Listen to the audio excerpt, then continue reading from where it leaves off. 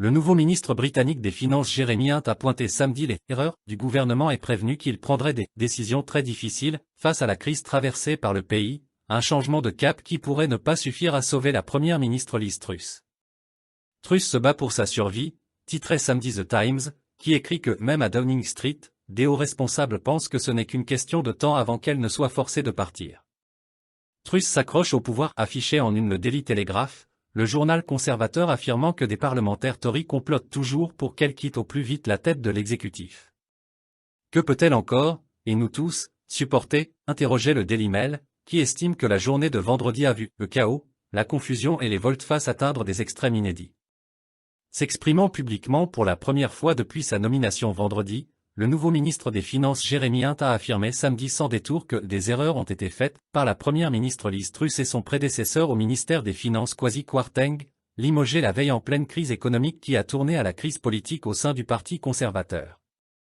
La première ministre l'a reconnu et c'est pour cela que je suis là, a-t-il ajouté sur la chaîne de télévision Sky News. Ce proche de Rishi Sunak, l'ancien ministre des Finances de Boris Johnson et adversaire de Liz Truss dans la campagne pour Downing Street, a pour mission de reprendre en main le mini-budget annoncé le 23 septembre et très mal accueilli par les marchés, une bonne partie du Parti conservateur et la population britannique.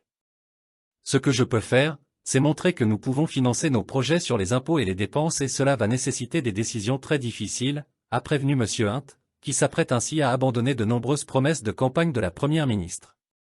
Il a notamment annoncé que les dépenses n'augmenteront pas autant que les gens le voudraient, que certains impôts ne seront pas réduits aussi vite que les gens le voudraient, et que d'autres augmenteront, allusion notamment à la nouvelle concession annoncée vendredi par Liz Truss. La première ministre a dû renoncer à conserver le taux d'impôt sur les sociétés à 19%, se résignant à l'augmenter à 25%, comme prévu par le précédent gouvernement conservateur. Il y a 2 semaines, elle avait déjà dû abandonner une baisse d'impôt pour les ménages les plus riches face à la bronca suscitée par cette mesure, y compris parmi les conservateurs.